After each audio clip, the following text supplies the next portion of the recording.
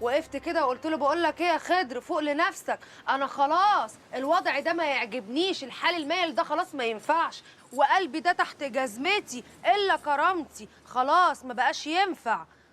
لقيته واقف قاعد يبص لي ومش مصدق نفسه، قال لي انا ما اقدرش استغنى عنك، هتجوزك يا ديحه، هتجوزك وهعمل لك اجدعها فرح فيكي يا اسكندريه. قال ايه؟ وهيجيب لي فستان الفرح من لازابيلا. وعملتي ايه؟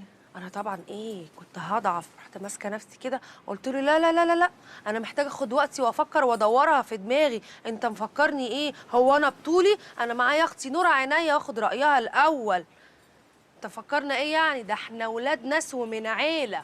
جدع والله يا ديحه. طب بقول لك ايه بقى، ما تقومي تلمي هدومك وتيجي معايا البيت يا بنت، ملناش غير بعض. سيبيني براحتي والنبي يا ديحه، على الاقل بس اليومين دول. يا بنت احنا طول عمرنا مع بعض، واللي انتي مش طايقاه خلاص ما بقاش في البيت. ثانيه واحده. الو. لا صحيت. الشغل كويس، مبسوطه فيه الحمد لله. حاضر، اكيد هعمل كده. انا بشكرك جدا. ماشي، سلام.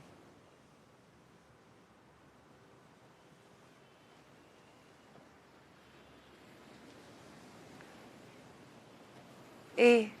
ايه؟ مين؟ لا ده حد معايا في الشغل الجديد. المهم كملي، خضر عمل ايه بقى؟ ولا حاجه، ده ولا على حامي ولا على بارد، وانا بقى سايباه وبقول له افكر.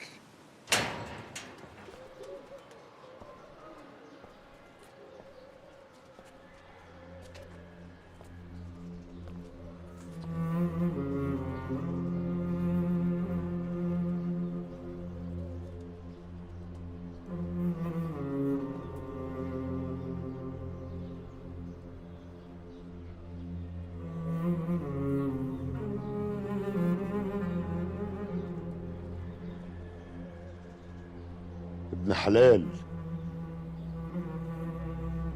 لسه فاكر فاطمه يا خضر؟